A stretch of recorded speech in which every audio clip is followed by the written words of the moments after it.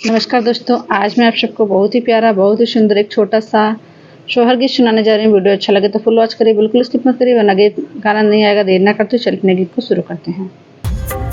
इकट्ठी रहरिया का पेड़वा त पुरुआज कोरई त पुरुआज कोरई हो।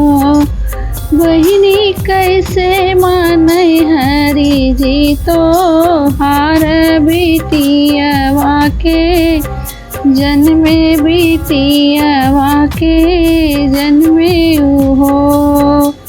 उदयोदय लकड़ी कटावै त पसंगी बनावै त पसंगी बनावै हो।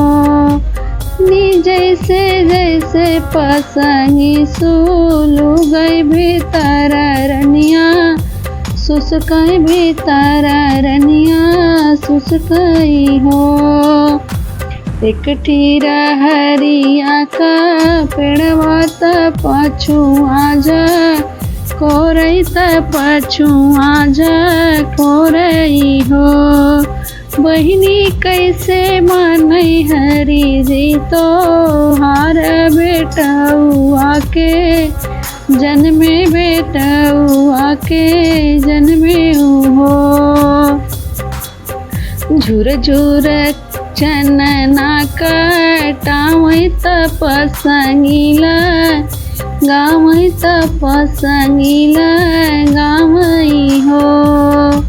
बहिनी जैसे जैसे पसंगी धकई भीतर रनिया बेलसई भीतर रनिया बेलसई हो।